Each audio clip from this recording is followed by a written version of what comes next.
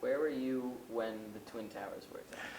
Actually, I was in Connecticut, in West Haven, where I worked, and I was helping a friend of mine pull a furnace out of his basement. My wife called me and said, there's something going on in New York.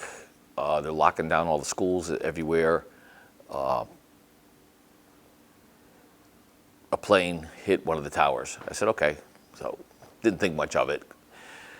She calls back a little while later. There's another plane hit another tower. And then I called the firehouse to find out what was going on. And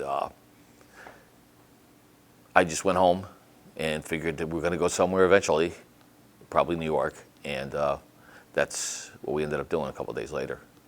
Yeah, I had just gotten back from Europe. I just left Logan Airport, and I was on my way home and had stopped, and I watched it happen on TV, and that moment never goes away. I can remember while they were reporting the first one and they were showing the first one, the plane coming in on the second one. And I have decades of experience in EMS and fire, and that was my first thought. Not just all of those victims, but watching firefighters go up the stairs while everybody else is running out.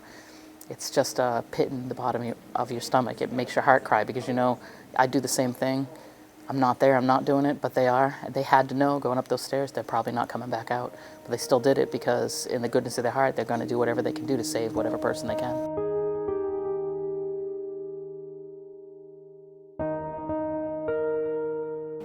I'm Casey Boutot. I go to Mid-Maine Tech Center, and I'm in the firefighting program.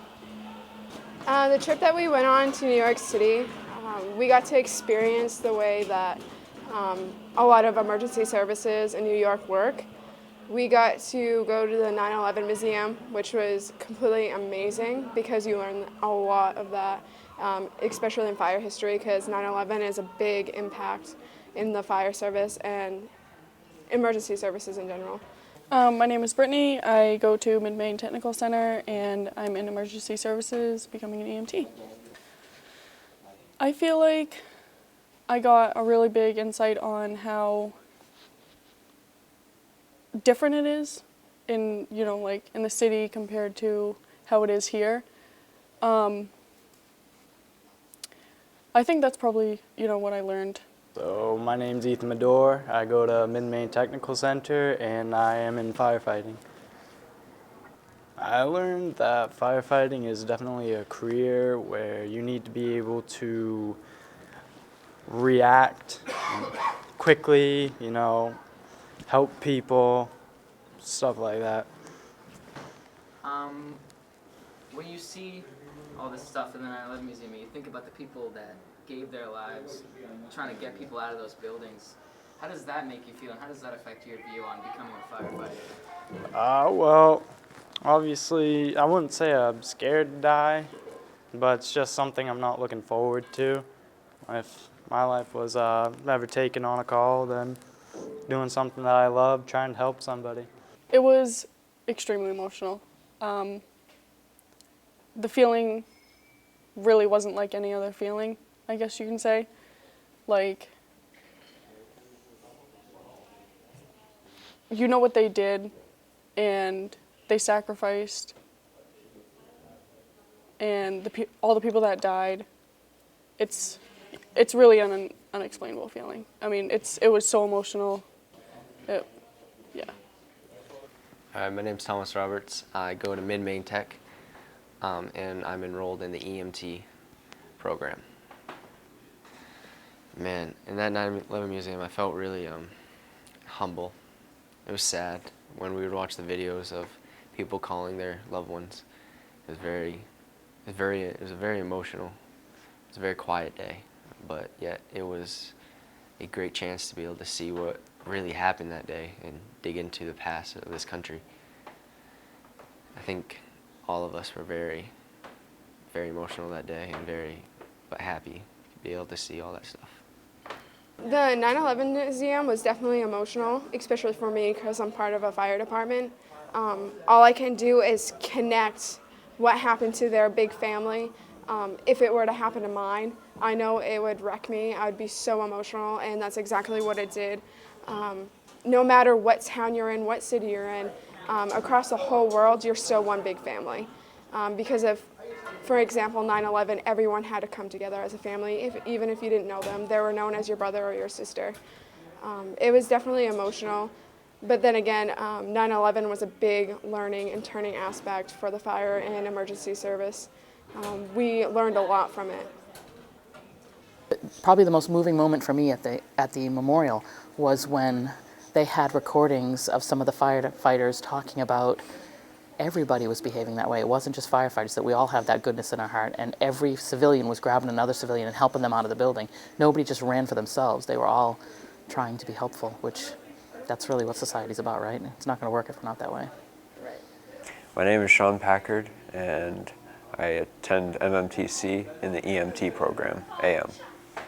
When we went into the 9/11 museum, first we see these two giant water fountains where the two towers laid. And just walking up to that is pretty incredible. They're a complete acre apiece. And then going into the museum itself, we go down these long stairs and ramps that lead down into the very bottom level of the original two towers, where we can see the outline of where the two towers really were. But everything leading up to that is very emotional. They have people talking from the floors, calling their loved ones, their parents, their family, saying, there's a plane that's crashed and I may not make it out today, or I'm fine and don't worry about me and everything. It was very, very emotional. Does that ever make you think about whether or not firefighting is for you, or does that just reassure you that? It reassures me, definitely. You know, I'm dying to save someone else. It just seems like the honorable thing to do, giving my life to let someone else live. So. It really makes me want to go into the field more, because knowing that people sacrificed in such a big way, I feel like it makes me want to do it. You know, it makes me want to be close to that, I guess. It makes me feel awesome. I feel great just practicing. I can't wait until I'm on a department and saving people, or helping people, I should say. I can tell you that when I got back, I felt really moved that they all had a good experience. I felt like this was worthwhile. We spent a lot of time on the finances, we spent a lot of time on the logistics, and it seemed to all work out. But when I asked them to all write down what they learned and if this was important to them, and just about every student wrote, trip of a lifetime, never gonna forget it, this was incredible, loved this, loved that, really want fire and EMS, made it all worth it. What kind of impact do you think this trip had on you as a whole? Like, as you're coming home from all this, after you get off the bus and everything's kind of sinking in, what are you feeling as you look back on the trip? I'm feeling really emotional.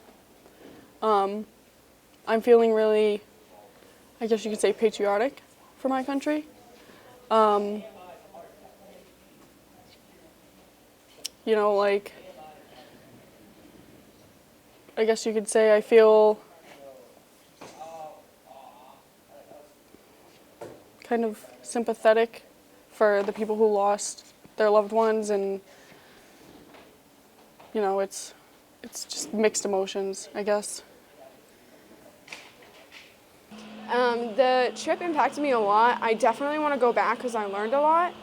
I definitely miss it because it gave us a big sense of wanting to do this. I think it boosted everyone positively when we came back and made them want it more.